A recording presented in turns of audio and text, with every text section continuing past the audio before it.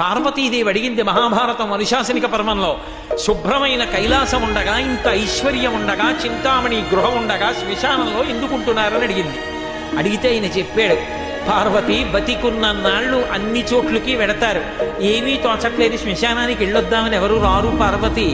నేనంతవాణ్ణంటాడు, పొడుగ్గా ఉన్నానంటాడు, తెల్లగా ఉన్నానంటాడు, పండితుండంటాడు, పద్యాలు నాకు నోటికొచ్చంటాడు, ఉపన్యాసం చెప్పగలనంటాడు, నాకు పాటలొచ్చంటాడు, నేను నాట్యం చేస్తానంటాడు, నేను అధికారినంటాడు, నా దగ్గర డబ్బు ఉందంటాడు.